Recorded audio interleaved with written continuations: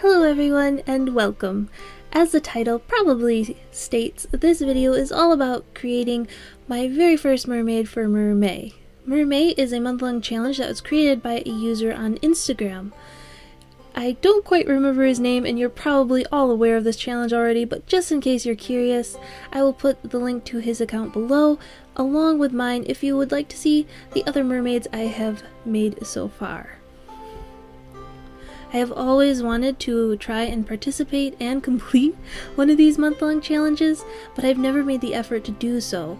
It'll be interesting to see how far I get. So far, so good, but there's been a couple days where it was a little bit questionable. I think I finished a mermaid at like 11:50 p.m. It was very close. The first few shots that you saw were of my sketch and partially through the inking and then the finished inking of this mermaid. I just wanted to show the process a little bit. I wasn't going to put it all in here because I knew the video would already be on the longer side because it's a watercolor.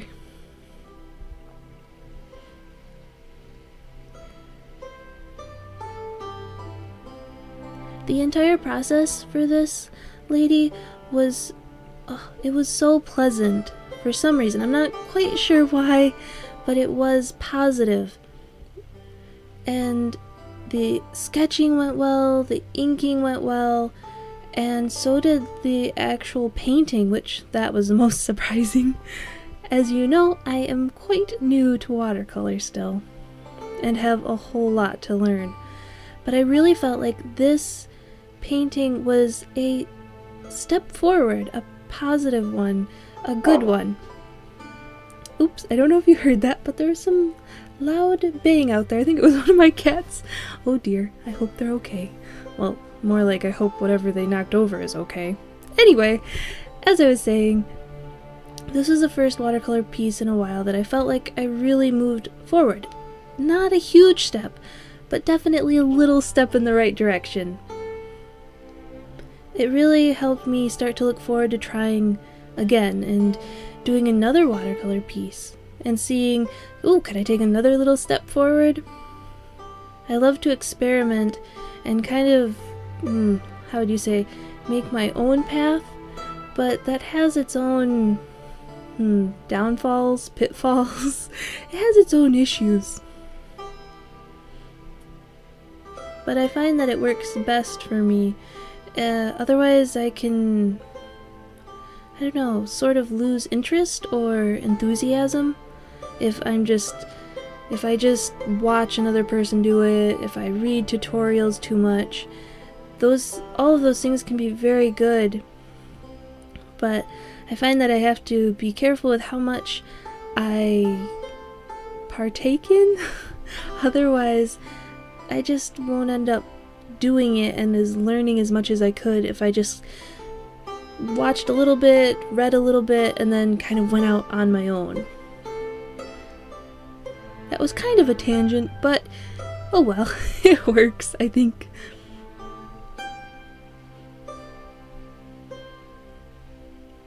On a side note, a sort of side note, those little fishies, they weren't referenced in any way, they were just from my head, which is probably obvious, but they were so much fun to draw and to paint. They were probably my favorite part.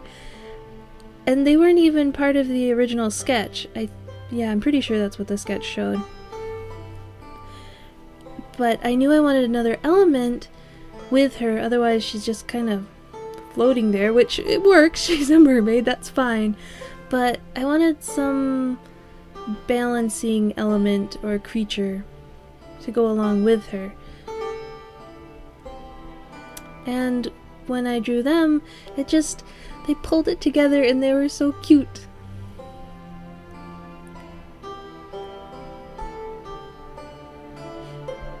It actually made me want to look up real fish and draw them. I still haven't done that yet, but I'm fully intending to at some point.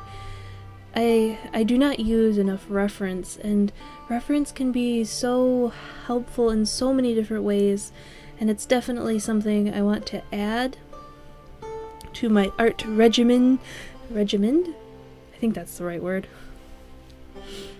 It's something I definitely need and would fully benefit from. And it can be so fun looking at all of the different types of whatever you're looking for, whether it be a fish or a dog or a cat or a horse or whatever creature. It's there's such an amazing variety out there, and I love seeing it.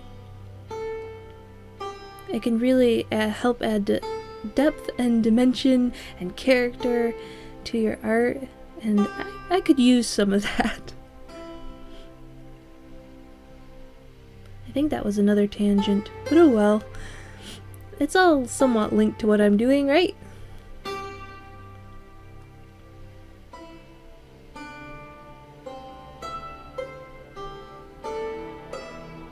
I don't know if I mentioned this, but I think I did. Yeah, I did.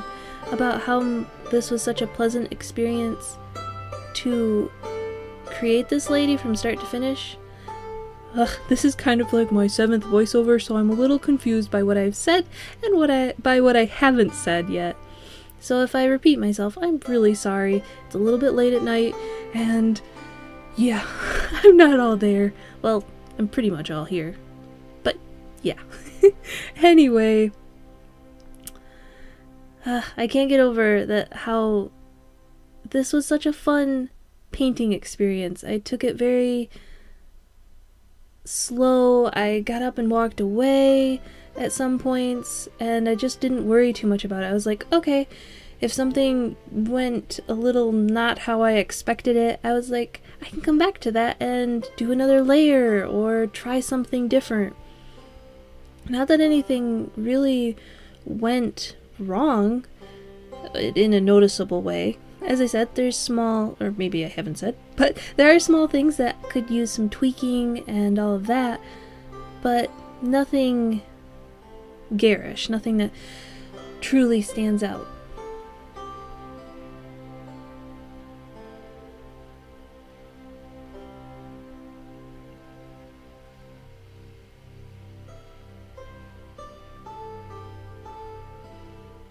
During this whole challenge of Mermay, I've actually made a few pieces that I'm quite happy about. 2 in particular. One was colored, actually I think they both were colored with markers. This is the only watercolor mermaid I've done so far, I think. I'll have to do another one soon. They're a lot of fun and it feels right because it's like water, mermaid. Yeah, I know, that's probably overdone. Or oversaid at least. But there is something definitely to it. It's been so fun and interesting to see everybody's mermaids on Instagram. The variety and everybody's different interpretations on such a singular subject is, I don't know, it's inspiring in a roundabout way. It kind of makes me look forward even more to like Inktober, which is another one that I would really like to participate in and complete. We'll see. And just to see everybody kind of, not exactly pull together, but something like that, and work on a similar subject at the same time, and to see what everybody comes up with. That'll be a lot of fun. Oh, here I'm adding little watercolor droplets, or dots I suppose. Anyways, markings to the little fish. I really felt like this finished them off and gave them that just right amount of detail. And the way these little droplets dried is so interesting. It really attests to the, I don't know, the almost magical properties of watercolor.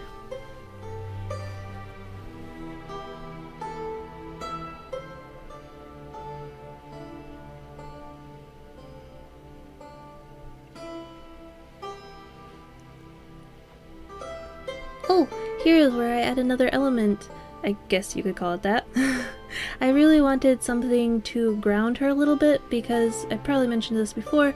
She felt like she was floating a bit too much, which is okay for a mermaid in a way, but she needed something, I felt. A little, I don't know. Well, a frame, I suppose, that's what it is. And I think it really helped finish her. I think I could have pushed the finishing of her even more, but it got to that point where it's a little dangerous and you might, or I might, push too far and ruin her, which is something I strongly wanted to avoid. That's probably obvious, but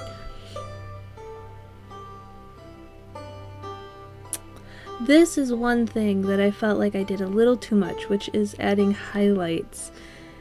For the most part, I felt okay with my placement and overall decisions, but I think I went a little overboard. No pun intended.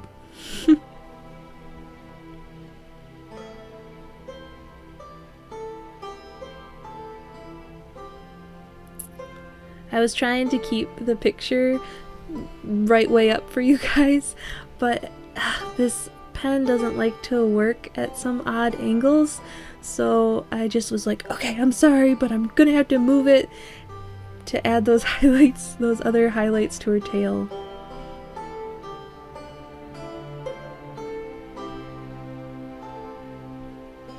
I don't know if it was noticeable, but I actually glazed her tail. At least I think that's what it's called. I started out with that blue color, but then I didn't feel like it flowed right with her hair and skin tone, so I actually glazed it with her hair color, and I really liked how it turned out. If I'm getting the name for that technique wrong, I'm sorry. I have a lot of holes in my technical knowledge. Actually, in my watercolor knowledge in general. But it's been so much fun to learn. So far, anyways.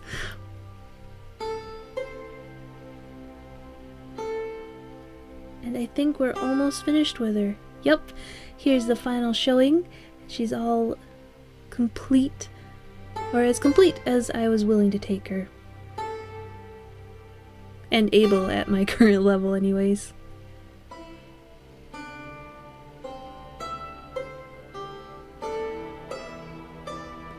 And then, just as a little bit of an add-on, here is all of my materials that I used.